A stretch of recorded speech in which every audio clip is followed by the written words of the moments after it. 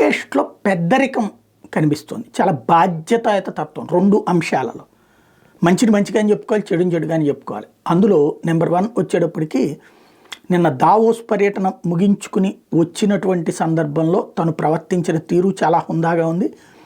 అదే సందర్భంలో రాగానే జగన్ ఇంటి దగ్గరికి వెళ్ళి సైరన్లు తీసేసి రచ్చరచ్చ చేసినటువంటి దాన్ని తప్పుబట్టారు. ఏంటది, ఎవరో కనుక్కుని నాకు చెప్పండి, అట్లాంటి మంచిది కాదు, ప్రొవొకేషన్ కరెక్ట్ కాదని. పెద్ద మనిషి తరహా నెంబర్ 1. నెంబర్ 2, నిన్ననే నాకు అనిపించింది, లోకేష్ పుట్టినరోజు నాడు ఒక వీడియో వచ్చింది వాట్సాప్లో.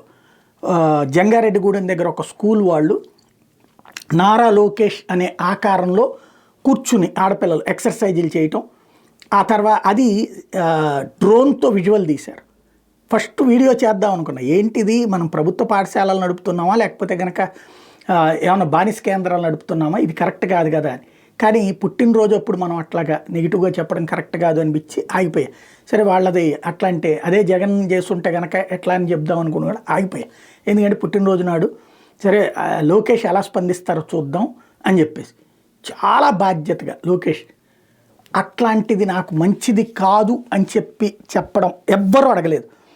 ఏలూరు జిల్లా జంగారెడ్డిగూడెం జిల్లా పరిషత్ పాఠశాలలో విద్యార్థులతో తన పుట్టినరోజు వేడుకలు నిర్వహించినట్టుగా వచ్చిన వార్త తన మనస్తాపానికి గురి చేసిందని మంత్రి నారా లోకేష్ అన్నారు. ఇందుకు బాధ్యులు ఎవరైనా వారి మీద వెంటనే చర్యలు తీసుకోవాలని ఏలూరు జిల్లా విద్యాశాఖ అధికారిని ఆదేశించినట్టు చెప్పారు. భవిష్యత్తులో ఇట్లాంటి పునరావృతం కాకుండా చూడాలని కోరుతున్నాను.